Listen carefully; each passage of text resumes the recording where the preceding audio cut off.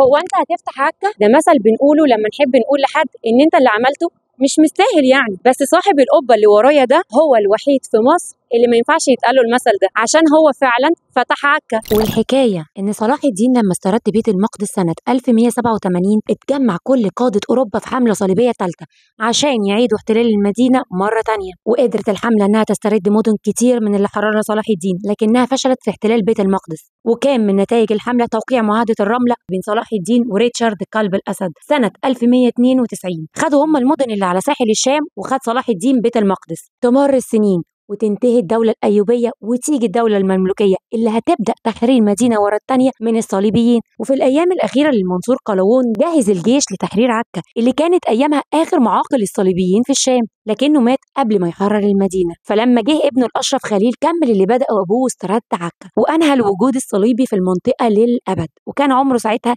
23 سنة. تعالوا بقى ننزل ونشوف مع بعض القبه اللي مدفون تحتها فاتح عكا بقت عامله ازاي. يلا بينا. والقبة دي بناها الأشرف خليل لنفسه سنة 1288، وكان وقتها لسه ما بقاش سلطان، وموجودة في قلب شارع الأشراف اللي بيبعد أمتار عند ريح السيدة نفيسة. وفي الشارع مقام ستنا سكينة وستنا رقية وضريح شجر الدر وغيرهم كتير. عشان كده اتعمل مشروع ضخم لتطوير الشارع خلاه في منتهى الجمال، بس الحلو ما يكملش. قبة محرر عكا اللي متسجلة أثر برقم 275 محتاجة ترميم زي ما انتوا شايفين كده.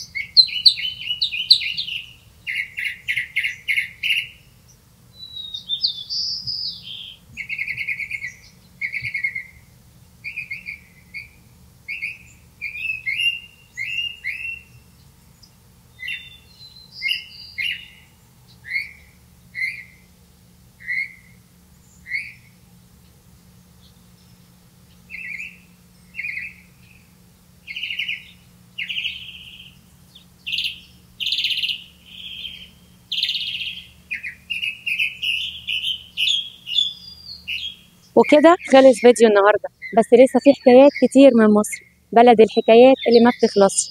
اعملوا لايك وشير واستنوني في حكايه جديده.